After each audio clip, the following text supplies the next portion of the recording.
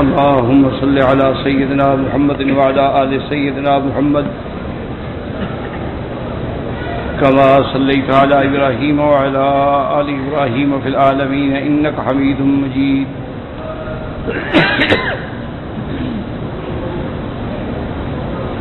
أعوذ بالله من الشيطان الرجيم. بسم الله الرحمن الرحيم. واتخذوا من دون الله آلهة لعلهم ينصرون لا يستطيعون نصرهم وهم لهم جند محضرون فلا يحزنك قولهم إنا نعلم ما يسرون وما يعلنون.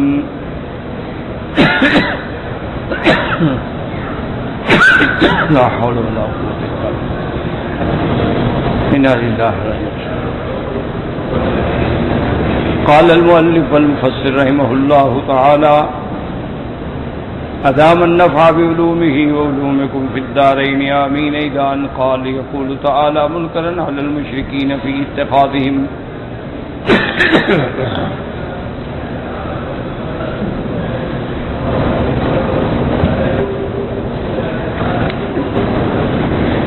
اتخاذهم الأنداد آلهة مع الله يبتغون بذلك أن تنصرهم تلك الآلهة فترزقهم وتقربهم إلى الله زلفى. قال الله تعالى لا يستطيعون نصرهم أي لا تكفر الآلهة ولا نصر عابديها بل هي أضعف من ذلك وأقل وأذل وأحقر وأظهر بل لا تقدر ولا الاستنصار لأنفسها ولا الانتقام ممن أرادها بسوء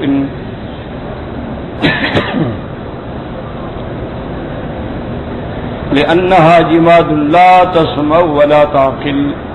اب اللہ تبارک و تعالی نے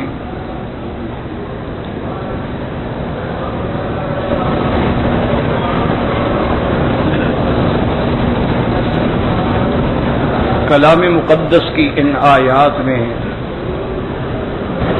اثبات معاد اور رد علی المشرکین اللہ نے فرمایا کہ جن لوگوں نے اللہ کے سوا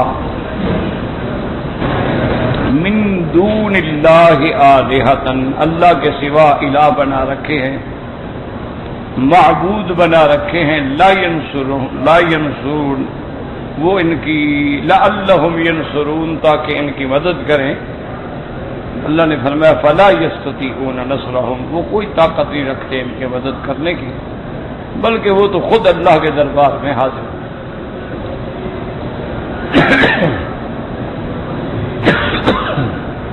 لا حول ولا قوة الا باللہ. لا حول. سب سے پہلی بات تو یہ سمجھیں کہ دنیا میں جتنے لوگوں نے اللہ کے سوا آلہہ بنائے ہیں ان کی کئی قسمیں. سب سے پہلی قسم جو ہے وہ عابدین الاصنام والاوثان کی ہے، جنہوں نے بت بنائے اور ان کی عبادت کی. یہ سب سے پہلی قسم.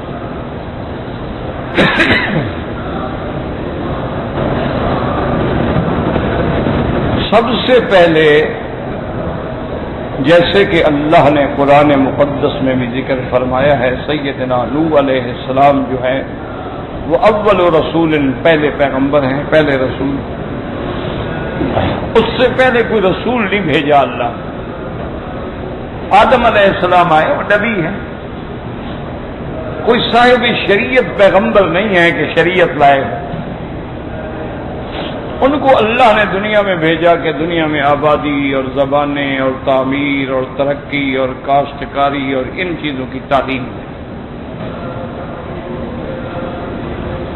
تو سیدنا آدم علیہ السلام کے ابتدائی دور میں تمام مخلوق جو ہے وہ ایک ہی عقیدے پہ قائم تھی کہ اللہ کو اپنا معبود مانتے تھے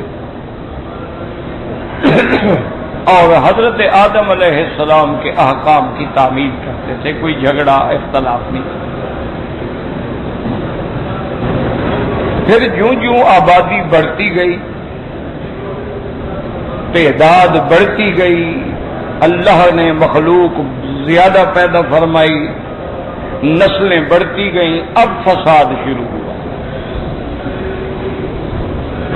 اس لیے سب سے پہلا قتل جو ہے وہ قابیل نے حابیل اپنے بھائی کو قتل کیا۔ اسی طرح پھر آہستہ آہستہ آہستہ جب ان کا دور گزرتا گیا، تقریباً حضرت آدم اور حضرت نوح علیہ السلام کے درمیان میں 10 صدیاں ہیں، 10 قرن ہیں، یعنی یوں سمجھ لیں 1000 سال۔ اسی دور میں اور بھی نبی آئے لیکن رسول کوئی نہیں آئے۔ اب حضرت نوح علیہ السلام کا دور جب قریب آیا تو ابلیس ملعون نے، لعین نے لوگوں کے دماغ میں یہ بات ڈالی۔ یاد رکھیں کہ جو لوگ بتوں کے پوجا کرتے ہیں نا، وہ ان پتھروں کی پوجا نہیں کرتے ہیں۔ کون پاگل ہے جو پتھر کی پوجا کرے؟ خود اپنے ہاتھ سے بنائے اور اس کو خدا سمجھے، ایسا کون ہے؟ کوئی دنیا میں ایسا بے عقل نہیں ہوتا کہ پتھر سے ایک بت بنا لے، ایک دیوی دیوتا کی شکل بنا لے، تانبے سے بنا لے، لوہے سے بنا لے، سنگ مرمر سے بنا لے، لکڑی سے بنا لے، اور پھر کہے کہ یہ بھگوان ہے۔ یہ بات نہیں ہوتی۔ دراصل یہ صورت ہے کسی کی، جس کی صورت بنا کے پوجا جا رہا ہے، ورنہ یہ تو لکڑی ہے، یہ تو پتھر ہے، تو وہ بھی جانتے ہیں کہ تو ہم نے خود بنایا ہے۔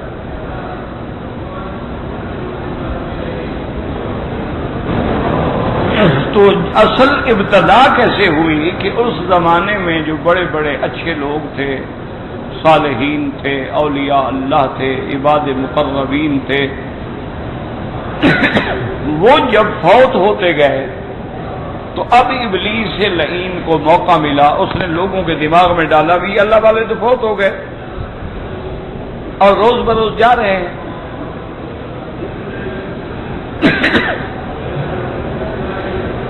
ہم ان کی صحبتوں سے فائدہ اٹھاتے تھے، یہ ہمیں ہدایت کرتے تھے، ہمیں اچھا راستہ دکھاتے تھے، ہمیں بھلائی کا حکم دیتے تھے، برائیوں سے منع کرتے تھے۔ ان کی صحبت میں ہمیں بڑا سکون ملتا تھا۔ اب یہ اللہ والے جا رہے ہیں تو میدان خالی ہو رہا ہے، اب اس کا کیا کیا جائے؟ انہوں نے کہا بھی تم بتاؤ، چونکہ وہ انسان کی شکل بن کے آ جاتا ہے نا، ابلیس جو ہے نا انسانی شکل میں آ جاتا ہے۔ جب حضور صلی اللہ علیہ وسلم کی ہجرت سے پہلے مشرکین مکہ میٹنگ کر رہے تھے کہ حضور کا مقابلہ کیسے کریں، تو ابلیس بھی آ گیا، ایک سردار کی شکل بن کے آگے بیٹھ گیا۔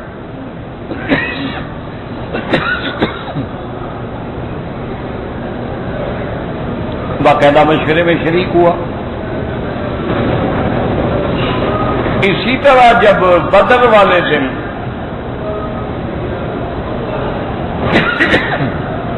ابو جہل مکے سے 1000 جنگجو نوجوانوں کا لشکر لے کر بدر کی طرف روانہ ہوا حضور سے مقابلے کے لیے، تو ابلیس ساتھ، وہ بھی ایک گھوڑے پہ سوار تھا، ایک سردار کی شکل میں ساتھ چل رہا اور بڑی ہمت بندھا رہا تھا، فکر نہ کرو، میرا قبیلہ بھی تمہارے ساتھ، میری طاقت بھی تمہارے ساتھ، میری دولت بھی تمہارے ساتھ۔ یہ تو باقاعدہ قرآن میں ہے، یعنی یہ کوئی قصہ کہانی نہیں ہے۔ جب مقام بدر قریب آ گیا تو اب ابلیس نے میدان بدر پہ جب نظر ڈالی، کیونکہ ابلیس کے پاس تو قوت استدراجی ہے نا، وہ تو ان قوتوں کے ذریعے دیکھ سکتا تھا۔ اس نے دیکھا کہ میدان بدر میں تو فرشتے اترے ہوئے ہیں اور جبریل بھی آئے ہوئے ہیں، وہ ملعون سمجھ گئے۔ اب وہ پیچھے ہٹنے لگا، ابو جہل نے اس کا ہاتھ پکڑ لیا، اس نے کہا تم ہمارے ساتھ ہو، اب کہاں جا رہے ہو؟ پیچھے ایسا ایسا پیچھے ہو رہے ہو، کیا بات ہے، آگے بڑھو۔ انہوں نے کہا انی ارا ما لا ترون۔ انہوں نے کہا ابو جہل جو میں دیکھ رہا ہوں نا تم نہیں دیکھ سکتے، تمہیں نظر نہیں آ رہا نا، اس لیے تم بہادر بن کے جا رہے ہو، میں تو دیکھ رہا ہوں نا کہ تم تو اپنی موت کی طرف بڑھ رہے ہو۔ انی اخاف اللہ، میں تو اللہ سے ڈرتا ہوں۔ اب ڈر آ گیا اللہ کا، ابلیس کو بھی۔ ڈرتے ہو تو آئے کیوں تھے بدبخت؟ تو اس لیے یاد رکھیں کہ ابلیس انسان کی شکل میں آ جاتا ہے، بزرگ بن جاتا ہے، شیخ بن جاتا ہے، پیر بن جاتا ہے، مولوی بن جاتا ہے، عالم بن جاتا ہے. اور اسی طرح ہمارے لوگوں کے عقیدوں کو گمراہ کرنے کے لیے اللہ معاف کرے، جب ہمارے لوگ کسی بزرگ کی مزار پہ جاتے ہیں، نوراتہ بیٹھتے ہیں، اعتکاف کرتے ہیں، وہاں 20 دن رات دن پڑے رہتے ہیں، مزاروں پہ ہاتھ باندھ کے کھڑے رہتے ہیں اور رات دن ان کے طواف کرتے ہیں، ان سے مانگتے ہیں.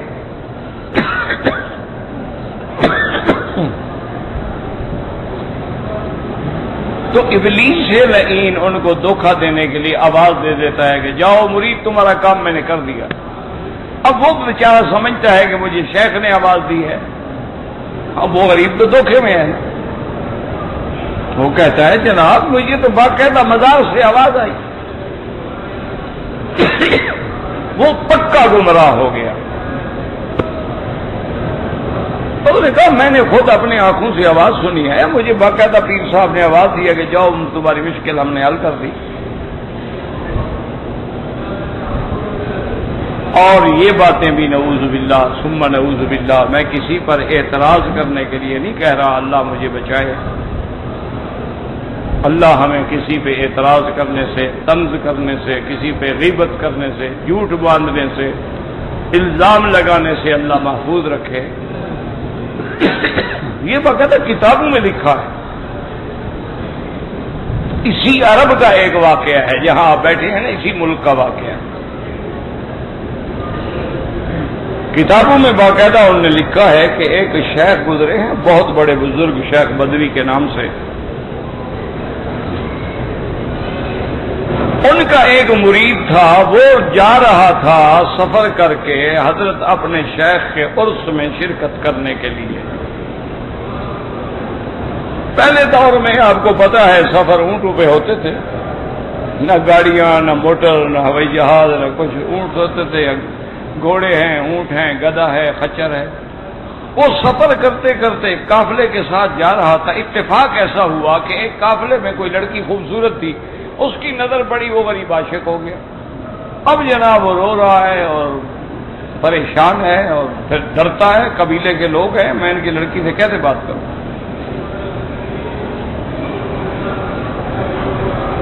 اسی عشق میں روتے روتے روتے بہرحال حضرت اپنے پیر کی مزار پہ پہنچ گیا اور وہاں جا کر بھی بس رات دن رو رہا ہے کہ کسی طرح وہ لڑکی مجھے مل جائے، اس کے بغیر میں مر جاؤں. تو باقاعدہ کتابوں میں لکھا ہے کہ ایک رات اس نے فیصلہ کیا کہ آج ساری رات میں نے حضرت کی مزار پہ رہنا ہے اور حضرت سے آج میں نے بات منوانی ہے کہ وہ لڑکی مجھے مل جائے. وہ کہتے ہیں کہ ساری رات وہ وہاں چلا کشی کرتا رہا، لوگ چلے گئے، روتے روتے بیچارے کو نیند آ گئی. نیند میں دیکھا کہ اس کو اپنے پیر صاحب کہہ رہے ہیں کہ جاؤ وہ لڑکی ہم نے تم کو دے دی. اب بڑا خوش ہو گیا، ابھی لڑکی تو مجھے مل گئی. نیند میں خواب دیکھ رہا ہے. پھر خیال آیا کہ مجھے پیر صاحب نے لڑکی کیسے دے دی، لڑکی تو لوگوں کی ہے، پیر صاحب نے کیسے دے دی. تو کہتا ہے میں نے خواب میں دیکھا کہ وہ لڑکی کا باپ آیا، اپنی لڑکی کو بھی ساتھ لے آیا اور حضرت کے تعویذ، مزار کا جو تعویذ تھا اس کے قریب کھڑے ہو کے اس نے کہا حضرت پیر میں نے اپنی لڑکی کا آپ کو مالک بنایا ہے، آپ جس کو چاہیں دے دیں. کہتے اب مجھے سمجھ آیا کہ بھی پیر صاحب تو لڑکی کے مالک بن گئے، اس کا باپ بنا گیا ہے. تو اب مجھے جو پیر صاحب دے رہے ہیں لڑکی تو ٹھیک ہے، چونکہ اب تو لڑکی پیر صاحب کے ملک میں ہے. یہ قبر سے سودے ہو رہے ہیں. ایمان سے کہو کوئی کافر یہ کتابیں پڑھے گا وہ کیا کہے گا، مسلمان ہے کیا بلا ہے؟ یہ تو کتابیں ہیں نا، چھپی ہوئی ہیں، صرف یہ تو نہیں کہ مولوی مکی پڑھے گا، اس کو دشمن بھی تو پڑھ سکتا ہے نا. اس کو جہاں دوست پڑھے گا وہاں ہندو بھی پڑھے گا، سکھ بھی پڑھے گا، انگریز بھی پڑھے گا. وہ کہے گا کہ ہم ایسی باتیں کرتے ہیں ہم تو کافر ہو جاتے ہیں، تم مسلمان ہو. وہ کہتا ہے کہ جناب اسی حال میں میری نیند کھل گئی. صبح کی نماز کے بعد میں مزار کے سین میں بیٹھا ہوا تھا، وہ لڑکی کا باپ آیا، اس نے کہا کہ میں اپنی لڑکی کا تمہارے ساتھ نکاح کرتا ہوں. میرے ساتھ نکاح ہو گیا، میرے پیر کی بات سچی ہو گئی، پیر نے مجھے لڑکی دے دی. تو یہ سارے شیطانی تصرفات ہوتے ہیں، بندہ سمجھتا ہے بیچارہ کہ شیخ کر رہا، اس لیے لوگ گمراہ ہو جاتے ہیں۔ ابلیس بڑا لعین ہے، بڑا ملعون ہے کہ ہر قسم کے دھوکے دیتا ہے۔ حضرت عبد القادر جیلانی رحمت اللہ علیہ جیسی شخصیت، اللہ ان کی قبروں پہ کروڑوں رحمتیں فرمائے، اللہ تمام اولیاء کے درجات کو قیامت تک مزید بلند فرمائے، ان کے قبروں کو مزاروں کو نور سے بھر دے۔ تو حضرت عبد القادر فرماتے ہیں کہ میں ایک رات اکیلا تنہا بیٹھا ہوا عبادت کر رہا تھا، نفلیں پڑھ رہا تھا، تلاوت کر رہا تھا، ذکر کر رہا تھا، یکدم روشنی ہو، پورا میرا منظر جو تھا نا آفاق کا سامنے سب روشن ہو۔ کہتے ہیں میں بڑا حیران ہو گیا کہ بھئی کیا روشنی؟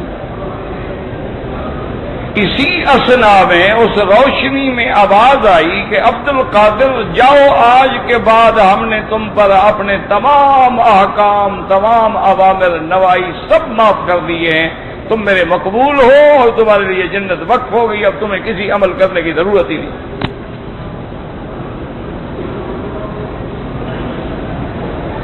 عبد القادر فرماتے ہیں جب میں نے یہ آواز سنی تو میں سمجھ گیا، میں نے کہا ابلیس ہے، یہ بدبخت اپنا تصرف دکھا رہا ہے۔ تو فوراً آپ نے فرمایا اعوذ باللہ من الشیطان الرجیم لا حول ولا قوت الا باللہ العلی العظیم۔ اب شیطان ظاہر ہو گیا۔ اس نے کہا عبد القادر ایسے میں نے کئی پیروں کی گردنیں توڑ ڈالی ہیں، تم صرف پیر نہیں ہو نا، عالم بھی ہو نا، تو اس لیے تم بچ گئے۔ آپ نے فرمایا میں نے پھر پڑھا اعوذ باللہ من الشیطان الرجیم لا حول ولا قوت۔ انہوں نے کہا اب کیوں پڑھ رہے؟ انہوں نے کہا بدبخت مجھے علم نے بچایا، مجھے اللہ نے بچایا ہے، کئی عالم گمراہ ہو گئے، تم پھر مجھے دھوکہ دے رہے تھے کہ تمہیں علم نے بچا لیا۔ مجھے علم نے نہیں، مجھے میرے اللہ نے بچایا ہے، مجھے میرے اللہ نے تیرے فتنے سے محفوظ رکھا ہے۔ کہنے لگا عبد القادر بات یہ ہے کہ میرے پاس تمہارے جیسے لوگ جو ہوتے ہیں نا، پیر اور بڑے بڑے جوگی اور بڑے بڑے راہب اور بڑے بڑے مولوی اور بڑے بڑے شیخ اور پنڈت، ان کو گمراہ کرنے کے لیے 70,000 نورانی پھندا ہے پھندا، لیکن ہے بظاہر نورانی ہے، اس کے ذریعے میں ان کو گمراہ کرتا ہوں۔ میں نے کہا بدبخت جو مرضی آئے کر، اللہ کا فیصلہ ہے، ان عبادی لیس لک علیہم سلطان، میرے بندوں پہ تیرا زور نہیں چلے، بھاگ جاؤ۔ تو اس طرح بھی گمراہ کرتا ہے کہ عبد القادر کو گمراہ کرنے پہنچ گیا۔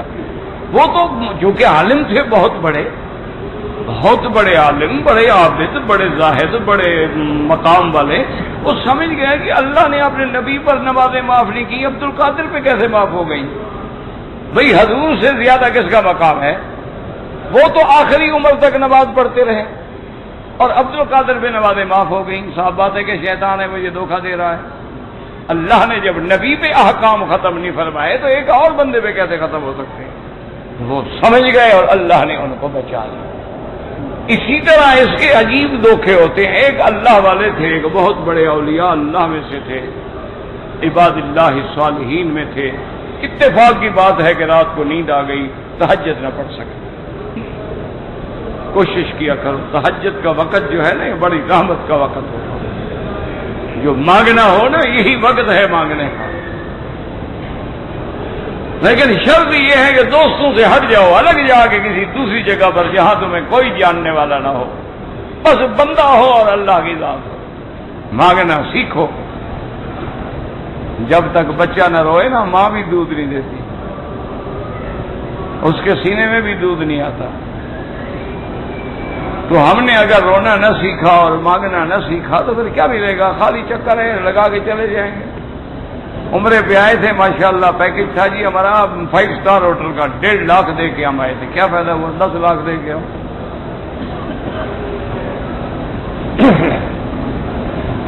تو وہ تہجد جب قضا ہو گئی، ان کی نیند آ گئی، انسان ہے سو گیا،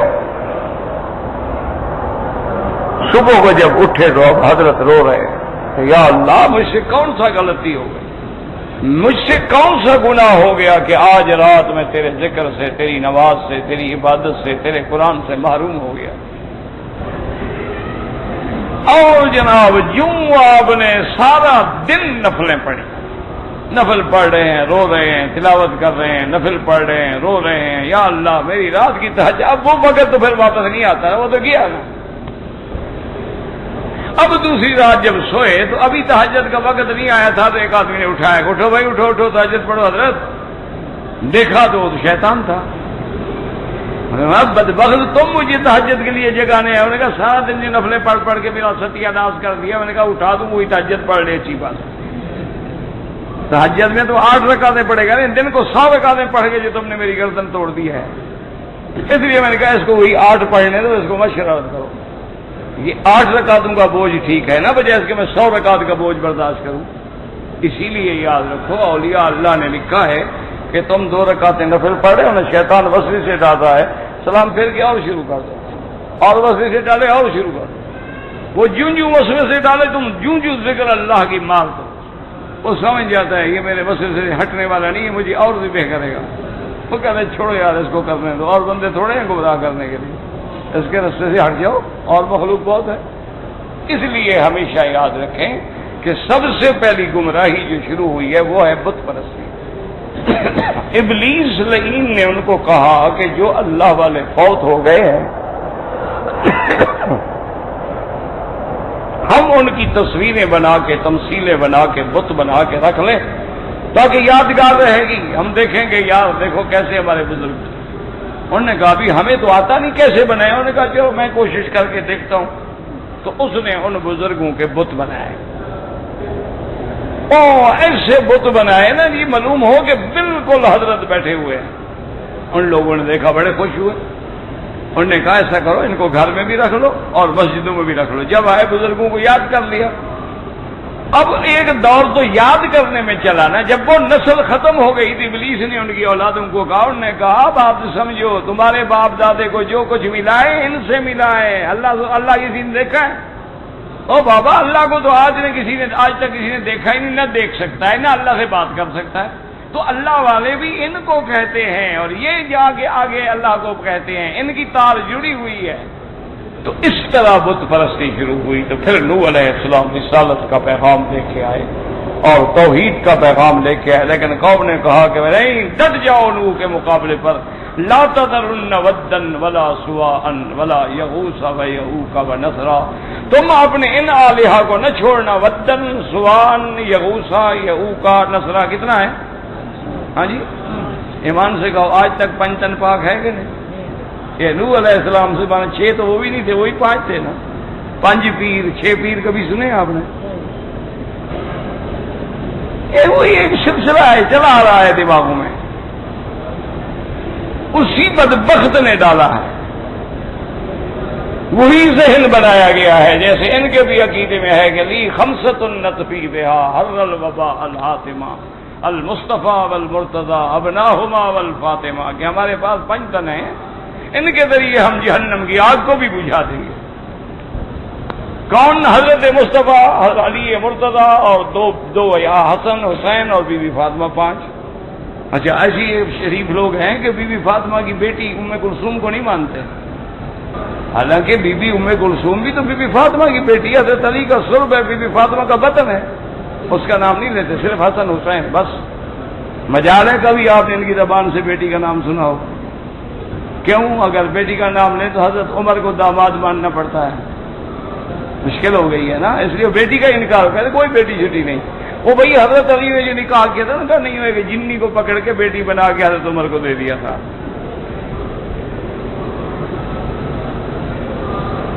جس سے شیطان ڈرتا تھا اس کو جنی بھیج دی تھی، حضرت عمر کو تو اصل ابلیس بھی ڈرتا تھا، جن کیسے اس کے گھر میں آ گیا؟ بس ایک دماغ ہے بنتا جا رہا ہے، اللہ معاف کرے۔ یاد رکھیں پہلی چیز ہے بت پرستی، یہ بتوں کی عبادت نہیں ہے، بزرگوں کی عبادت ہے، ان کی شکلیں بنائی جاتی نہ۔ ایمان سے کہیں آپ کے ملک میں آج کل آپ دیکھیں گھروں میں تصویریں پیروں کی لگاتے ہیں کہ نہیں لگاتے؟ میں نے خود دیکھا، میں اس بس میں خود سوار ہوا، ایک پیر کی تصویر لگی ہوئی تھی، اوپر پھول ہار مار بھی ڈالے ہوئے تھے۔ وہ میں نے ڈرائیور سے پوچھا، نے کہا یار یہ کس کی تصویر؟ تمہارے والد صاحب ہیں؟ نہیں حضرت، والد کہا ہمارے مرشد ہیں، ہمارے شیخ ہیں۔ میں نے کہا تو یہاں تصویر بس میں کیوں لگائی؟ انہوں نے کہا حضرت ان کی وجہ سے تو حادثہ نہیں ہوتا، آج تک حادثہ ہی نہیں ہوا۔ میں نے کہا حضرت کی تصویر کی برکت ہے کہ آج تک حادثہ نہیں ہوا۔ میں نے کہا اچھا مہربانی کرو بریک مارو، مجھے تو اترنے دو۔ کہتے کیوں؟ میں کہ میں ہوں تو وہابی، لیکن میں بھی وہابی پیر ہوں، آج حادثہ ضرور ہوگا۔ آگے گیا گاڑی ٹکرا گئی بدبخت کی. پھر آتا تھا میرے پاس روتے کا پتہ نہیں آپ نے کیوں کہہ دیا. میں نے کہا میرے دل سے بد دعا نکلی ہوگی اور میں کو پیر تھوڑا ہوں. یہ تمہیں تصویر بچا رہی ہے کو عقل کرو. یعنی خدا پر عقیدہ ہی نہیں. انا للہ و تو یہ ہے بت پرست. اسی طرح دوسرا گروہ کیا ہے, وہ کہتے ہیں نہیں اللہ نے سارا نظام جو ہے دے دیا ہے ستاروں. یہ جو افلاک میں ستارے ہیں نا, سارا نظام ان کے ہاتھ میں. اسی لیے کہتے ہیں نا جی آپ کس تاریخ کو پیدا ہوئے, تمہارا ستارہ کون سا ہے. ستارہ تمہارا شمس ہے, زحل ہے, عطارد ہے, کون سا بنتا ہے. اور اس ستارے کے خصوصیات یہ ہیں. اچھا تمہاری بیوی کا کون سا ہے, اوہ تمہارے تو ستارے نہیں ملتے, کیسے گزرے گی. ان کا عقیدہ ہے کہ سب کچھ ستارے ہیں. اسی طریقے سے بعض اوقات لوگ یہ سمجھتے ہیں کہ ستاروں کے علاوہ وہ جو بروج ہیں نا, ابراج ہیں, سارا کچھ ان کے ہاتھ میں. وہ کہتے ہیں اللہ نے دیا ہے. وہ کہتے ہیں پیروں کو بھی اللہ نے دیا ہے. وہ کہتے ہیں ان کو بھی مختار کل جو ہے اللہ نے پاور آف اٹارنی دے دی ہے کہ بس میں اب آرام کروں گا, تم لوگوں کو بچے بھی دو, سب کچھ دو. وہ بھی یہی کہتے ہیں کہ اللہ نے یہ سارے آسمان کے فلکی ستارے بنائے, ان کو مدبرات فی الامور بنا دیا ہے. اب تصرف ان کے ہاتھ میں ہے. فلاں ستارہ فلاں برج میں جائے گا بارش ہوگی, فلاں ستارہ فلاں برج میں جائے گا بارش نہیں ہوگی, فلاں ستارہ فلاں برج میں جائے گا ملک پہ عذاب آئے گا, نحس ہے. فلاں ستارہ فلاں برج میں جائے گا سعادت کی علامت ہے, ملک پہ بڑی راحت آئے گی, آرام آئے گا. ان کا ایمان ان سے ہو گیا. ان کو بھی وہ یہ مانتے ہیں کہ اللہ نے بنایا ہے, لیکن اللہ نے اب ان کو اختیار دے دیا, اللہ کے پاس کچھ نہیں. جیسے ہمارا جاہل کہتا ہے کہ اللہ نے حضور کو جب پیدا فرمایا محمد مصطفیٰ کو, تو تمام اختیارات جو تھے وہ اللہ نے اپنے نبی کو دے دیے. اس لیے, اور یہ میں نہیں کہہ رہا حضرت اللہ کے کعبے میں بیٹھ کے اللہ بچائے, میں الزام نہیں لگا رہا, باقاعدہ شعر ہے حضرت کا. کہتا ہے کہ خدا کے پلے میں وحدت کے سوا کیا ہے. کہتے اللہ کے بہت بڑی توحید ہی ہے, اور کیا ہے بھلا. مجھے جو کچھ بھی لینا ہے میں لے لوں گا محمد سے. کہ ہمیں جو کچھ لینا ہے ہم حضور محمد مصطفیٰ سے لیں گے. اللہ کے پلے میں تو ہے کچھ نہیں, انہوں نے تو سارا کچھ آپ کو دے دیا ہے نا. انا للہ و انا الیہ راجعون. اور یہی عقیدہ تھا کافروں کا کہ یہ ہمارے بت ہیں, یہ ہمارے آلہہ ہیں, یہ لات ہیں, یہ عزا ہے, یہ منات ہے, یہ حبل ہے, اور یہی ہمارے اللہ کے ساتھ ہمیں ملانے والے ہیں. یہی ہمارے سفارشی ہیں, یہی ہمیں خدا کے قریب کریں گے, یہی ہماری دکھ میں مدد کریں گے, اور اللہ جب ہمیں عذاب میں پکڑیں گے یہی ہمیں چھڑائیں گے. ان کا بھی یہی عقیدہ تھا جو آج جاہل کا عقیدہ ہے, اللہ معاف کرے. اس لیے اللہ فرماتے ہیں وَاتَّخِذُوا مِن دُونِ اللَّهِ آلِهَةً لَعَلَّهُمْ يُنصَرُونَ. اللہ فرماتے ہیں ان مشرکین نے جو اللہ کے سوا معبود بنا رکھے ہیں, مشکل کشا بنا رکھے ہیں, ان کے گمان میں ہے کہ یہ ان کی مدد کریں گے. فرمایا لا یستطیعون نصرهم وهم لهم جند محضرون. اللہ نے فرمایا ان کی طاقت نہیں ہے کہ یہ اپنے عبادت کرنے والوں کی مدد کر سکیں, بلکہ یہ کمزور ترین مخلوق ہے, یہ احقر ہیں, حقیر ہیں, بلکہ یہ قیامت والے دن خود پکڑے ہوئے اللہ کے دربار میں کھڑے ہوں گے. یاد رکھو وہ جو اللہ کے سوا عبادت پہ راضی ہے یقیناً وہ پکڑا ہوگا, اس پہ عذاب ہوگا. اور بعض ایسے ہیں جو اللہ کے سوا عبادت پہ راضی نہیں ہیں, جیسے لوگوں نے حضرت عیسیٰ علیہ السلام کی عبادت کی لیکن عیسیٰ علیہ السلام راضی نہیں ہیں. جیسے لوگوں نے اولیاء اللہ کی عبادت کی لیکن اولیاء اللہ راضی نہیں ہیں. جیسے لوگوں نے انبیاء کو مختار کل سمجھا لیکن انبیاء اس دعوے کے راضی نہیں ہیں. انہوں نے وضاحت کر دی قُل لَا أَمْلِكُ لِنَفْسِي ضَرًّا وَلَا نَفْعًا إِلَّا مَا شَاءَ اللَّهُ. حضور نے فرمایا میری امت کے لوگوں, میں تو اپنے جان کے بھی نفع نقصان کا مالک نہیں, میرا مالک بھی میرا اللہ ہے. جو وہ چاہتا ہے مجھے دیتا ہے, جو چاہے مجھے نہ دے دے. اس لیے حضور نے دعا میں سکھلا دیا کہ ہر نماز کے بعد دعا مانگتے اللہم لا مانع لما آتیتا, یا اللہ اس کو کوئی روک نہیں سکتا جس کو تو دینا چاہے، ولا معطی لما منعتا، اور جو اس کو کوئی دے نہیں سکتا جس کو تو روک دے، ولا راد لما قضیتا، اور جو تقدیر میں تو لکھ چکا ہے تیری تقدیر کو کوئی ٹال نہیں سکتا، ولا ينفع ذا الجد منك الجد، اور کوئی کوشش نفع نہیں پہنچا سکتی جب تک کہ اللہ تبارک و تعالی راضی نہ ہو۔ اللہ نے قرآن میں فرما دیا وَإِن يَمْسَسْكَ اللَّهُ بِضُرٍّ، اگر اللہ تمہیں کسی دکھ میں پکڑنا چاہے فَلَا كَاشِفَ لَهُ، اس دکھ سے کوئی نکالنے والا نہیں مگر اللہ تبارک و تعالیٰ کی ذات ہے، اور اگر اللہ تجھے بھلائی دینا چاہے کوئی روکنے والا نہیں۔ اس لیے اللہ نے فرمایا لا يستطيعون نصرهم، یہ ان کے آلہہ ان کی مدد کرنے کی طاقت نہیں رکھتے، وَلَا وَهُمْ لَهُمْ جُنْدٌ مُحْضَرُونَ، بلکہ یہ تو خود حاضر ہوں گے، خود اقرار کریں گے، خود اعتراف کریں گے، اپنی برات کا اعلان کریں گے۔ اللہ نے فرمایا میرے مدنی فَلَا يَحْزُنْكَ قَوْلُهُمْ، یہ آپ کی تکذیب کرتے ہیں، کفر کرتے ہیں، شرک کرتے ہیں، آپ غم نہ کریں۔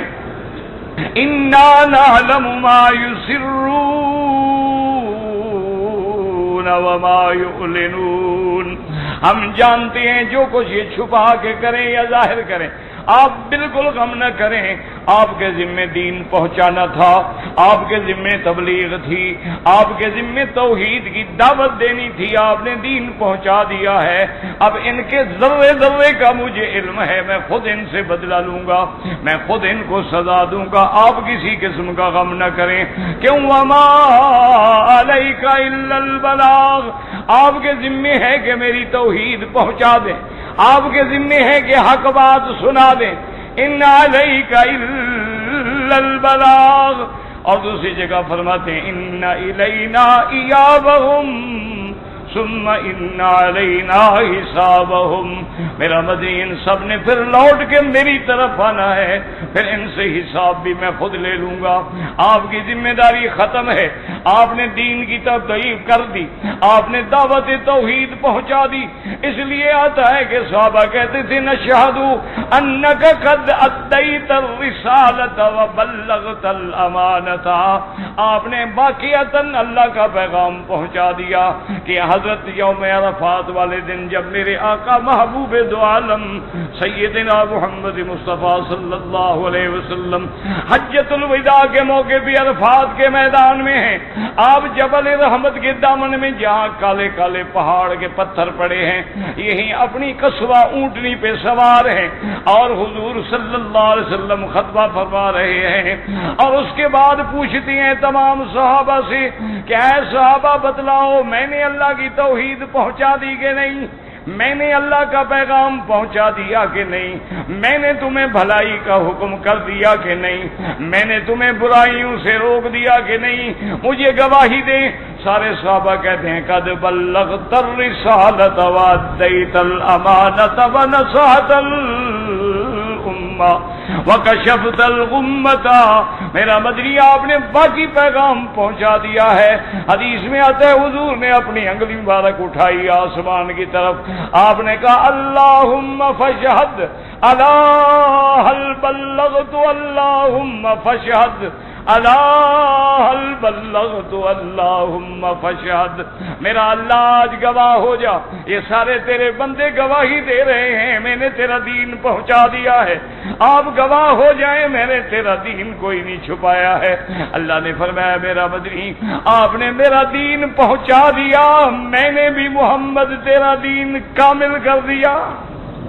اليوم اکملت لکم دینکم واتممت علیکم نعمتی ورضیت لکم الاسلام دینا، یعنی آپ اندازہ کریں کہ اللہ نے اپنے نبی کو منافقوں کے نام بتلا دیے، فرمایا فلان ابن فلاں منافق ہیں، فلان ابن فلاں منافق ہیں، فلاں ابن فلاں منافق ہے، آگے حکم دیا کہ اب ان کو ظاہر کرنے کی بھی ضرورت نہیں، لیکن میرے مدنی کی احتیاط دیکھیں کہ حضور نے حضرت حذیفہ کو بلایا کہ اللہ نے گو مجھے حکم نہیں دیا ان کے نام بتانے کا، لیکن چونکہ اللہ نے مجھے علم دیا ہے میں نہیں چاہتا کہ کسی کو آگے نہ بتلاؤں، لہذا تم مجھ سے سن لو، اپنے سینے میں راز رکھنا۔ اس لیے کہتے ہیں حضرت حذیفہ صاحب سر النبی صلی اللہ علیہ وسلم، حضرت حذیفہ جو تھے محمد مصطفیٰ کے رازدار تھے، لیکن آپ نے اس کو بتلا دیا تھا کہ تبلیغ کامل ہو جائے، کوئی بات رہ نہ جائے کہ جو اللہ نے مجھے دی اور میں نے نہیں پہنچائی۔ اس لیے حضرت عمر جیسا آدمی اگر کسی بندے کا جنازہ آتا سب سے پہلے حضرت حذیفہ کو تلاش کرتے تھے کہ حضرت حذیفہ جنازے میں ہیں کہ نہیں ہیں، اگر حضرت حذیفہ نہ ہوتے تو حضرت عمر بھی ایسا ایسا نکل جاتے، سمجھ جاتے منافق کا جنازہ ہے، اگر جنازہ مومن کا ہوتا تو یہ ممکن ہی نہیں کہ حضرت حذیفہ جنازہ چھوڑ دیں۔ اللہ کے نبی نے ان کو بھی وہ بات جو تھی بتلا دی۔ اس لیے ہمیشہ یاد رکھیں اللہ کے دین کا کام ہے کہ دین پہنچا دیا جائے، باقی کوئی مانے نہ مانے یہ کوئی بندے کے کام، یہ انبیاء کے لیے بھی ضروری نہیں اور علماء کے لیے بھی ضروری نہیں اور اولیاء اللہ کے لیے بھی ضروری، ان کی ذمہ داری ہے کہ آپ کو حق بات پہنچا دیں، کوئی مان لے الحمدللہ، نہ مانے اس کی مرضی۔ اس لیے اللہ نے فرمایا میرا مدنی آپ غم نہ کیا کریں، آپ کیوں غم کرتے ہیں؟ اس لیے دوسری جگہ فرماتے ہیں وَلَقَدْ نَعْلَمُ أَنَّكَ يَضِيقُ صَدْرُكَ بِمَا يَقُولُونَ، اللہ نے فرمایا میرا مدنی ہم جانتے ہیں آپ کا دل تنگ ہوتا ہے یہ بدبخت جو باتیں کرتے ہیں۔ کیسے تنگ رہو؟ آدمی حق کی بات کرے اور اگلا سنے نہ بلکہ نعوذ باللہ استہزاء بھی کرے، تکلیف تو ہوتی ہے۔ وَلَقَدْ نَعْلَمُ، ہمیں قسم ہے ہم پکی بات ہے جانتے ہیں، وَلَقَدْ نَعْلَمُ أَنَّكَ يَضِيقُ صَدْرُكَ بِمَا يَقُولُونَ فَسَبِّحْ بِحَمْدِ رَبِّكَ وَكُن مِّنَ السَّاجِدِينَ۔ میرا مدنی اس چیز کا علاج کیا ہے؟ اللہ کی تسبیح بیان کرو، اللہ کا ذکر کرو، دلوں کا اطمینان یاد رکھو، دولت میں نہیں ملتا، عزت میں نہیں ملتا، پیسے میں نہیں ملتا، عورت میں نہیں ملتا، اگر دل کا اطمینان ڈھونڈنا ہے تو اللہ کے ذکر میں ملتا ہے، الا بذکر اللہ تطمئن القلوب۔ اس لیے اللہ نے فرمایا میرا مدنی فسبح بحمد ربک، اللہ کی تسبیح بیان کرو، اللہ کی تحمید بیان کرو، اللہ کے آگے سجدہ ریز ہو جاؤ، اللہ کی عبادت کرو، بس یہ علاج ہے، غمگین ہونے کی ضرورت نہیں ہے۔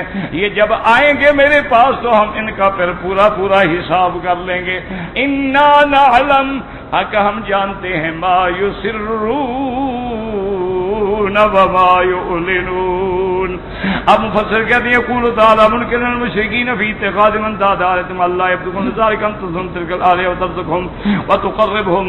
اللہ پاک مشرکین پر ان کا رد فرماتے ہیں کہ انہوں نے جو خدا بنا رکھے ہیں کہ یہ خدا ان کی مدد کریں گے، یہ خدا ان کو رزق پہنچائیں گے، یہ خدا ان کو اللہ سے ملائیں گے۔ قال اللہ تعالی یستطیع النصر ولا تقدر آلۃ نصیحہ بدیہا، یہ ان کی قطعاً مدد نہیں کر سکتے۔ بل ہی اضعف من ذالک، یہ تو ضعیف ہیں، یہ تو بالکل ذلیل ہیں، حقیر ہیں، لاچار ہیں۔ بل لا تقدر علی الاستطاع، یہ تو اپنی مدد بھی نہیں کر سکتے، اگر کوئی آ کے ان کو توڑ ڈالے یہ تو اس کو بھی نہیں روک سکتے۔ وَلَلْ انتقام من نوادھا بسوء، اور نہ کسی سے یہ بدلہ لے سکتے ہیں، کیوں؟ یہ تو پتھر ہیں، یہ تو لکڑیاں ہیں، تو لا یعقل ہیں، لا یسمع ولا یبصر ہیں، یہ کیا نقصان دیں گے؟ وقوله تبارک وتعالى وهم لهم جند محضرون۔ قال مجاہد یعنی عند الحساب يريد ان هذه الاسلام مباشرة مجموعة يوم القيامة محضرة عند حساب عابديها ليكون ذلك ابلغ في عذرهم وادل عليهم في اقامة الحجة عليهم۔ حضرت مجاہد فرماتے ہیں اس آیت کا معنی یہ ہے کہ حساب والے دن اللہ تبارک و تعالی ان بتوں کو بھی زندگی دیں گے، ان بتوں کو بھی حیات دیں گے، ان بتوں کو بھی اٹھائیں گے، ان سے بھی حساب لیں گے تاکہ عبادت کرنے والوں کو پتہ چل جائے او جن کو ہم نے خدا بنا رکھا تھا ان کا تو اپنا حال یہ ہے، وہ تو خود پکڑے ہوئے کھڑے ہیں۔ اب فرماتی ہیں لا یستطیعون نصرہم، اللہ کے سوا جو مشکل کشا بنائے وہ کوئی مدد نہیں کر سکتے۔ وہم لہم جند محضرون والمشركون يكتمون العهد في الدنيا والآخرة خير وأثمن. حالانکہ مشرک اپنے ان خداؤں کے لیے لوگوں سے لڑتے رہے، لوگوں کے مقابلے کرتے رہے، حالانکہ یہ کچھ بھی نہیں کر سکتے. وَقَدْ قَالَ الْمَسِيحُ قَوْلُ حضرت علی رحمہ اللہ تعالی فَلَا يَحْزُنْكَ قَوْلُهُمْ. میرا مدنی ان کافروں کی باتیں، تکذیب، انکار، بالکل آپ غم نہ کریں.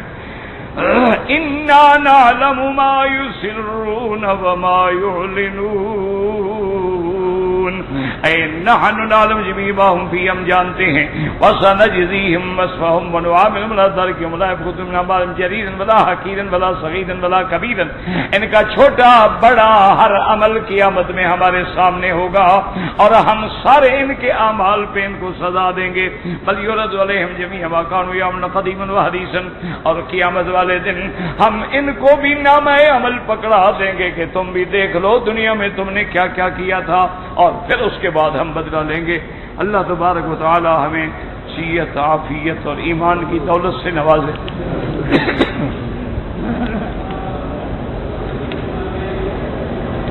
حج کے بعد میرا شادی کا ارادہ ہے، دعا کریں. دعا کرنے سے کیا ہوگا؟ نہیں، مقصد یہ ہے کہ دعا کرنے سے شادی ہوتی. اللہ کے بندے میری نہ ہو جاتی، میں 5 سال سے دعا کر رہا ہوں. تو جب میری دعا مجھے نہیں لگتی تمہیں کیا لگے گی؟ پاپا پیسے شیسے اکٹھے کرو پھر شادی ہو جائے گی. صرف دعاؤں شاؤں پہ نہ رہو. پیسہ ہوگا شادیاں لاکھ، پیسہ نہ ہو مجال ہاتھ چومیں گے شادی کوئی نہیں کراتا. نہیں، میں اللہ کے کعبے میں مذاق تو نہیں کر رہا. بالکل پیسے شیسے اکٹھے کرو. میری دعا شعا لگتی تو مجھے نہ لگ جاتی. میں یہ 3 ہفتے سے بیمار ہوں، آج بھی سارا دن میرا ہسپتال میں تھا. اب یہ تو درس ہے، مجبوری ہے، اللہ محروم نہ کرے. ورنہ وہ ڈاکٹر تو کہتے ہیں جی ریسٹ کریں آپ. تمہاری ڈاکٹری کا کیا فائدہ ہوگا؟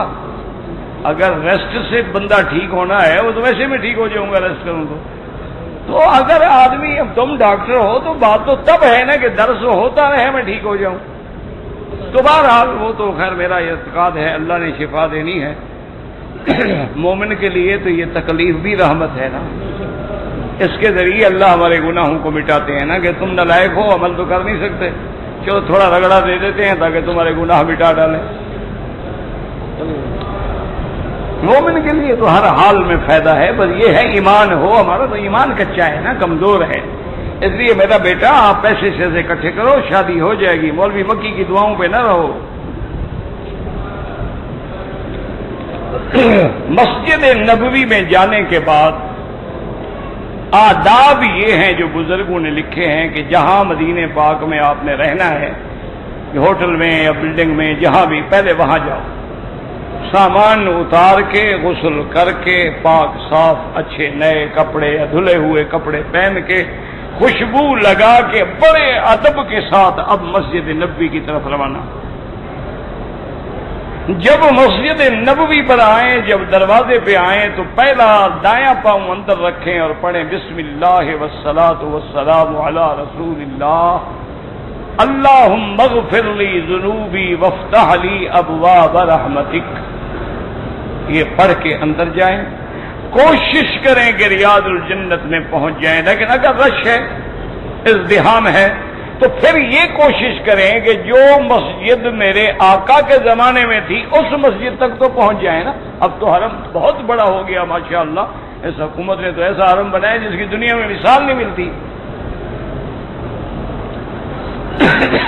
لیکن وہ پہلی مسجد جو ہے نا وہاں لکھا ہوا ہے، علامات موجود ہیں، کسی سے پوچھ لیں گے کہ ان ستونوں تک یہ حضور کے زمانے میں مسجد تھی، باقاعدہ نشانی ہے. تو وہاں جا کر 2 رکعت تحیت المسجد پڑھیں. اگر اوقات مکروہ نہ ہوں، عصر کے بعد وہ نہ پڑھیں، فجر کے بعد ہے نہ پڑھیں جب تک سورج نہ نکلے. اگر اوقات مکروہ نہیں ہیں تو 2 رکعت نماز تحیت المسجد پڑھیں، کیونکہ اللہ کا حق جو ہے وہ نبی کے حق پہ مقدم ہے. پڑھنے کے بعد ادب سے درود شریف پڑھتے ہوئے اتنے احترام سے چلیں، آداب سے چلیں کہ آپ کے پاؤں کی آواز بھی پیدا نہ ہو. چلتے ہوئے حضور صلی اللہ علیہ وسلم کے مواجہہ مبارک میں کھڑے ہوں، نہ جالی مبارک کے قریب کھڑے ہوں اور نہ دور جا کے دیوار کے ساتھ کھڑے ہوں. آپ کے اور جالی کے درمیان میں زیادہ سے زیادہ 3-4 فٹ کا فاصلہ ہونا چاہیے. جب بالکل سامنے آئے وہاں علامات موجود ہیں. وہاں کھڑے ہونے کے بعد الصلاۃ والسلام علیک یا رسول اللہ، الصلاۃ والسلام علیک یا حبیب اللہ، الصلاۃ والسلام علیک یا خیر خلق اللہ. جو آپ کو یاد ہو، جو آپ پڑھ سکتے ہوں. الصلاۃ والسلام علیک یا خاتم الانبیاء والمرسلین، الصلاۃ والسلام علیک یا امام الاتقیاء والمتقین، الصلاۃ والسلام علیک یا سید الاولین والآخرین، الصلاۃ والسلام علیک یا رحمت للعالمین. جو بھی آپ کو یاد. الصلاۃ والسلام علیک یا ابی القاسم محمد صلی اللہ علیہ وسلم. لیکن کوشش کریں کہ بات لمبی نہ ہو، بس 2-3 دفعہ سلام پڑھیں. ادب کا تقاضا یہ ہے کہ وہاں کھڑے ہو کے گا رہے ہیں اور زور لگا رہے ہیں اور شور کر رہے ہیں، یہ تو بے ادبی ہے. بڑی درمیانی آواز میں، نہ اونچی آواز نہ بالکل پست آواز. جب آپ پہ سلام پڑھ لیں السلام علیکم ورحمۃ اللہ وبرکاتہ، اب آپ ایک قدم آگے بڑھیں گے تو سیدنا ابی بکر آ جائیں. السلام علیک یا اول الخلفاء، السلام علیک یا وزیر النبی المصطفیٰ، السلام علیک یا ابی بکر الصدیق رضی اللہ تعالی عنہ وارضاہ، السلام علیکم ورحمۃ اللہ وبرکاتہ. اب ایک قدم آگے بڑھیں. السلام علیک یا ثانی الخلفاء، السلام علیک یا عمر بن الخطاب الناطق بالحق والثواب، السلام علیکم ورحمۃ اللہ وبرکاتہ. اب اور آگے بڑھ کے رخ کعبے کی طرف کر لیں اور اللہ سے دعا مانگیں. سلام پڑھنا، سلاد بھیجنا نبی کا حق ہے، دعا اللہ سے مانگی جاتی ہے، وہ اللہ کا حق ہے.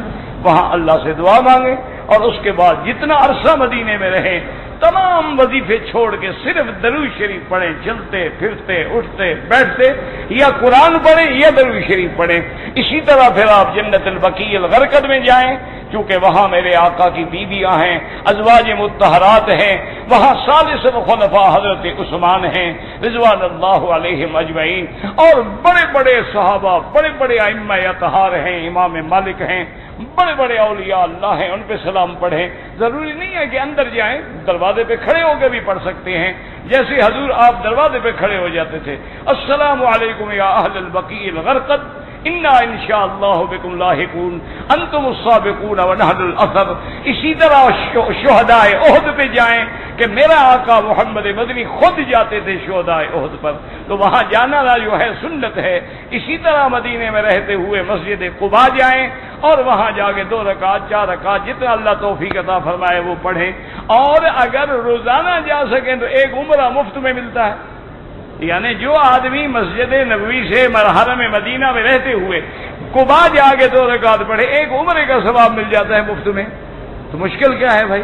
اچھا گاڑیاں بھی چل رہی ہیں، پیدل بھی جا سکتے ہیں. افضل تو یہ ہے کہ پیدل جائیں، تاکہ جتنے قدم چلیں گے آپ اسی مدینے میں چل رہے ہیں جہاں محمد مصطفیٰ چلتے تھے. آپ اسی مدینے میں چل رہے ہیں جہاں اصحاب رسول چلتے تھے. آپ اسی مدینے میں چل رہے ہیں جہاں اہل بیت رسول چلتے تھے. آپ اسی مدینے میں چل رہے ہیں جہاں ائمہ اطہار چلتے تھے. امام مالک رحمت اللہ علیہ مدینہ منورہ کے حرم کی حدود میں کبھی سواری پہ سوار نہیں ہوتے تھے، کبھی اونٹنی پہ، کبھی گھوڑے پہ، کبھی کسی چیز پہ سوار نہیں ہوئے. شاگردوں نے پوچھا تو فرمایا مجھے ڈر لگتا ہے میرے مدنی کے جہاں قدم ہوں میں سواری پہ کیسے سوار ہو جاؤں، میں ادب کا تقاضا ہے کہ میں سوار نہیں ہوتا ہوں. تو امام مالک رحمت اللہ علیہ اس ادب کے ساتھ جا کے سلام پڑھیں اور جتنا ممکن ہو درود پڑھیں. اور سب سے افضل درود وہ ہے جو تم نماز میں پڑھتے ہو. اللہم صلی علی محمد وعلی آل محمد کما صلیت علی ابراہیم وعلی آل ابراہیم فی العالمین وبارک علی محمد وعلی آل محمد کما بارکت علی ابراہیم وعلی آل ابراہیم فی العالمین انک حمید مجید. یہ افضل ترین درود ہے جو خود نبی پاک نے پڑھا ہے، اور ہر نماز میں حضور یہی پڑھتے تھے، صحابہ یہی پڑھتے تھے، اہل بیت یہی پڑھتے تھے. اس کے علاوہ بھی درود جائز ہیں. یہ منع نہیں ہے کہ آدمی اگر پڑھتا ہے اللہم صلی علی سیدنا محمد وبارک وسلم، اللہم صلی علی سیدنا محمد النبی الامی وعلی آلہ وصحبہ وبارک وسلم، کوئی عرض نہیں، جائز ہے. لیکن اس کا کیا مقابلہ ہے جو درود خود نبی پاک نے سکھایا ہو اور آپ نے پڑھا ہو اور ہر نماز میں پڑھا ہو، اور جتنے دن مدینے میں رہیں ادب سے رہیں اور بلا وجہ غلط بات نہ کریں، کوئی عام خلاف شریعت نہ کریں، کوئی بے ادبی نہ کریں، اور جتنے دن رہیں درود پاک کی کثرت کریں، اور کوشش کریں کہ مسجد نبوی میں ہر نماز آپ کی جماعت کے ساتھ ہو، اور کوشش کریں ہر نماز کے بعد 2 پارے 3 پارے پڑھ لیے تاکہ قرآن کا ختم بھی نصیب ہو جائے، اور درود شریف یعنی پتہ نہیں، آپ تو ہمارے استاد تھے بہت بوڑھے تھے، وہ چلنے کے قابل بھی نہیں تھے، میرے خیال 90-95 سال عمر تھی تو ایک دن میں بیٹھا تھا، حضرت کو دبا رہا تھا، تو میں نے کہا حضرت، وہ تو ہر وقت پڑھتے رہتے تھے، میں نے کہا حضرت درود شریف کتنا ہو جاتا؟ کہنے لگے بھائی مولوی مکی اب تو بوڑھا ہو گیا ہوں، 1,00,000 ہو جاتا ہے، زیادہ نہیں ہوتا، 1,00,000 روز۔ جناب آپ نے پڑھا کبھی؟ نہیں، آپ 5 اسٹار ہوٹلوں میں عیش کرو، ایئر کنڈیشن میں سوتے رہو اور انشاءاللہ واپس جاؤ گے۔ مکہ مدینہ سبحان اللہ، کملی والے کا دروازہ دیکھ کے روزہ دیکھ کے آئے ہیں، اس لیے تازہ داڑھی مڈا کے اترے تاکہ شکل میں فرق نہ آئے، جو لوگوں نے دیکھا تھا اسی طرح دیکھیں کہ جیسے بدھو گیا تھا اسی طرح آیا ہے۔ جس پر نبی کے روزے کا اثر نہ ہو، کعبے کا اثر نہ ہو، مولوی مکی کی تقریر اس کا کیا بگاڑے گی یار؟ نہ ایمان سے کہو کیا کر لے گی میری تقریر؟ میرا تقریر کرتے کرتے گلا دب گیا، میں ہسپتالوں میں پہنچ گیا، لیکن آپ نہیں بگڑے ماشاءاللہ۔ زمین بدلی، زماں بدلے، مکین بدلی، مکان بدلے، نہ تو بدلا نہ میں بدلا، تو پھر بدلا تو کیا بدلا؟ رکن یمانی پہ ہاتھ لگانا سنت ہے، چومنا سنت نہیں ہے۔ حسن حسین کی شہادت کیسے ہوا؟ کیا آپ کیا کریں گے؟ ابن زیاد اور شمر الجوشن نے آپ کو شہید کر دیا، مظلوم شہید ہو گئے رضوان اللہ علیہم اجمعین۔ اب یہ کچھ سوال تو نہیں ہے نا کہ اب میں بیٹھ کے شہادت پہ تقریر کروں۔ کہتے ہیں جی کہ ایک مولوی صاحب نے لکھا ہے کہ یہاں کے امام جو ہیں وہ عورتوں کی نیت نہیں کرتے، تو آپ جا کے پوچھ لیں، امام موجود ہیں، آپ بھی موجود ہیں، یہ بھی میری ذمہ داری ہے۔ نہیں، مقصد یہ ہے آپ جو زندہ الحمدللہ ماشاءاللہ موجود ہیں تو آپ پوچھ رہے ہیں امام صاحب سے کہ جی آپ ہماری عورتوں کی نیت کرتے ہیں یا نہیں کرتے؟ اچھا، جتنے قرآن میں اللہ نے حکم دیے ہیں خطاب ہے مردوں کو، عورتوں کو ہے ہی نہیں، بہت تھوڑی جگہ پہ خطاب ہے، تو اس کا مطلب ہے کہ وہ حکم صرف مردوں کے لیے ہوگا، عورتوں کے لیے یا ایھا الذین آمنوا کتب علیکم الصیام، مردوں کو حکم ہے کہ تم پہ روزے، تو عورتیں نہ رکھیں نا، ان کے تو نام ہی نہیں ہے۔ تو مسئلہ سمجھو کہ عورتیں مردوں کے تابع ہیں، اگر مرد کی بھی نیت ہو جائے تو عورتیں طبعاً اس میں آ جاتی ہیں۔ یہ تو بعض ائمہ کے نزدیک ہے کہ جہاں عورتیں، وجہ کیا ہے؟ وہ جو ائمہ نے لکھا ہے نا کتابوں میں، اللہ کو سمجھا کرو۔ ہمارے ملکوں میں عورتیں مسجد میں نہیں آتی، سمجھ آ گئی بات؟ کہ بات کو سمجھو مسئلے کو۔ مثلاً ہمارے ملک میں آپ کراچی جائیں، سندھ جائیں، پنجاب جائیں، پشاور جائیں، بلوچستان، کوئٹہ جائیں، کہاں بھی جائیں تو وہاں عورتیں مسجدوں میں جماعت کے ساتھ نماز پڑھنے نہیں آتی۔ اب اگر آ جائیں تو امام کا فرض ہے کہ نیت کر لیں کہ بھائی پہلے تو آتی نہیں نا، آج اتفاق سے دیکھا کہ عورتیں بھی کھڑی ہیں، تو اس کو چاہیے کہ وہ نیت، یہاں تو حضور کے زمانے سے آتی ہیں، ان کو کیا شک ہے کہ یہ نیت نہیں کرتے؟ کوئی مسئلہ سمجھا کرو، کتاب کو پڑھا کرو، نہ سمجھ آئے تو کسی سے جا کے پوچھ لیا کرو۔ اگر نفلی طواف ہے یا عمرے کا طواف ہے، حجر اسود پہ ہم نے اشارہ نہیں کیا، کوئی بات نہیں، صرف اول دفعہ اور آخر دفعہ کر دو، باقی 5 دفعہ نہ کرو تب بھی کوئی بات نہیں، کوئی مسئلہ نہیں ہے، تو مستحب ہے، سنت ہے بس۔ اگر عورت کا کپڑا احرام کی حالت میں چہرے کو لگ جائے ہوا سے کچھ نہیں ہوتا، بلکہ اگر مرد ہوں تو کپڑا لٹکا لے عورت۔ عورتوں کو بھی نماز کا جماعت سے ملتا ہے، بالکل ملتا ہے، اگر جماعت سے ثواب نہ ملتا تو حضور کی بیویاں مسجد میں آتی جماعت کے ساتھ پڑھنے کے لیے، اپنے گھر میں پڑھنے تھی، اور حضور نے فرمایا کہ لا تمنعوا اماء اللہ عن بیوت اللہ، اللہ کی بندیوں کو اللہ کے گھر سے روکا نہ کرو، ہاں اگر گھر میں پڑھیں تو افضل ہے، لیکن آنا چاہیں تو مت روکو۔ مدینہ منورہ میں 40 نمازیں پڑھنا فضیلت ہے کہ اللہ اس کو نفاق سے بری کر دیتے ہیں، لیکن زیارت سے اس کا کوئی تعلق نہیں۔ ایک آدمی فجر کو 9 بجے گیا، 11 بجے واپس آ گیا، کوئی بات نہیں، چاہے اس نے ایک نماز بھی نہیں پڑھی. نماز کے اندر رفع یدین کرنا بالکل جو کرتے ہیں ٹھیک ہے، جو نہیں کرتے ان کے پاس بھی عبداللہ بن مسعود کی حدیث ہے، کوئی جھگڑا نہیں. 1400 سال ہو گئے، خدا کے لیے امت کو معاف کر دیں. اب دیکھیں بادشاہ کو اللہ توفیق دے، وہ ساری دنیا کے علماء کو بلا کے اتحاد کی دعوت دے رہے ہیں اور ہم فروعی مسائل پہ لڑا رہے ہیں. خدا کا خوف کرو. کون سا کفر اسلام کا مسئلہ ہے؟ کرتا ہے کوئی کرتا ہے، نہیں کرتا نہ کرے. اسی طرح فاتحہ ہے، کوئی پڑھتا ہے کوئی پڑھے، نہیں پڑھتا ہے نہ پڑھے. امام پڑھ رہا ہے بس امام کا پڑھنا کافی ہے. مقام میں مقام دو نقطے کے ساتھ ہوتا ہے، کاف لکیر والے کے ساتھ نہیں ہوتا مقام. ابراہیم پہ 2 رکعت پڑھنا سنت ہے، بوسہ دینا حرام ہے. دعا کریں اللہ بیماروں کو شفا دے، اللہ اس عاجز کو بھی شفا دے دے تاکہ زیادہ سے زیادہ ہم دین کی بات کر سکیں. اللہم فرج ہم المہمومین، نفس کرب المکروبین، وقض الدین عن المدینین، واشفنا واشف مرضانا ومرضى المسلمین. اللهم اجعل لنا وللمسلمين من كل هم فرجا ومن كل ضيق مخرجا ومن كل بلاء عافيا. یا اللہ بیماروں کو شفا عطا فرما، بے حیاؤں کو حیا عطا فرما، بے دینوں کو دین عطا فرما، بے اولادوں کو اولاد عطا فرما. جن کی اولادیں ہیں ان کو صالح بنا، جن کے گھروں میں بچیاں ہیں ان کے مستقبل روشن فرما، ان کے رشتے آسان فرما دے. یا اللہ ہمیں مانگنا نہیں آتا، بغیر مانگے عطا فرما دے. اللہم انا نسألک من الخیر کلہ عاجلہ وآجلہ ما علمنا منہ وما لم نعلم. اللہم انا نعوذ بک من الشر کلہ عاجلہ وآجلہ ما علمنا منہ وما لم نعلم. سبحان ربک رب العزة عما یصفون وسلام علی المرسلین والحمد للہ رب العالمین.